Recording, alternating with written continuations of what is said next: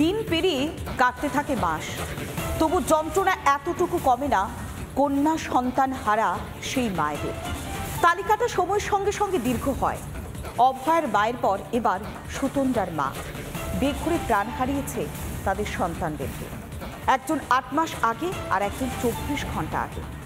Republic বাংলার প্রতিনিধির সঙ্গে কথা বলতে গিয়ে রিপাবলিক বাংলার মুখোমুখি হয়ে তাদের শোক যেন মিলেমিশে একাকার হয়ে গেল।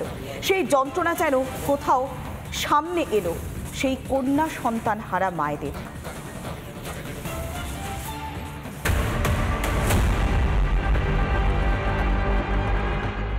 আমার স্বামী চলে গেছে, আমি করেছি, আমার মেয়েকে ফেরত দাও, আমার মেয়েকে ফেরত দাও।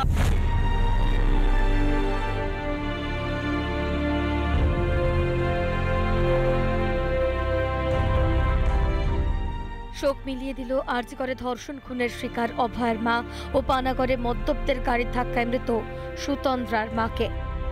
আর কন্যাহারা দুই মায়ের মধ্যে সেতু বন্ধনের কাজ করল রিপাবলিক বাংলা। আমাদের প্রতিনিধির ফোন থেকে সুতন্দ্রার শোকস্তব্ধ মা তনুশ্রী চ্যাটার্জির সঙ্গে কথা বললেন অভয়ার মা।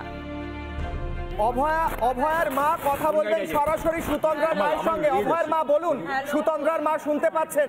হ্যাঁ বলুন। বলছি, আপনাকে সান্ত্বনা দেওয়ার ভাষা আমার নেই।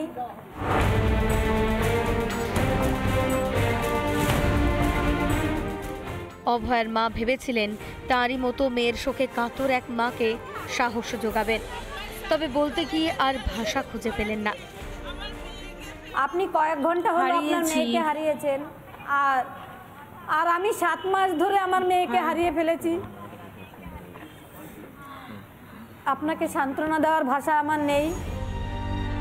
রিপাবলিক বাংলার ফোনের এক প্রান্তে থাকা সুতন্দ্রার মা যেন বুঝে ফেললেন অভয়ার মায়ের মনের অবস্থাটাও। ফোনের ওপার থেকে ভেসে এলো উত্তর। হারিয়েছি মানে আমার মেয়ে হচ্ছে আমার মেয়ের মতো মেয়ে। আমার হাজবেন্ড চলে গেছে 10 মাস আগে। আমার মেয়ে আমার সমস্ত কিছু। চেষ্টা করছি। দুর্বৃত্তদের জন্য অকালে চলে যেতে হয়েছে অভয়া সুতন্দ্রা দুজনকেই। সুতন্দ্রার মা বললেন, চেষ্টা করছি। এই চেষ্টার কি কোনো শেষ আছে?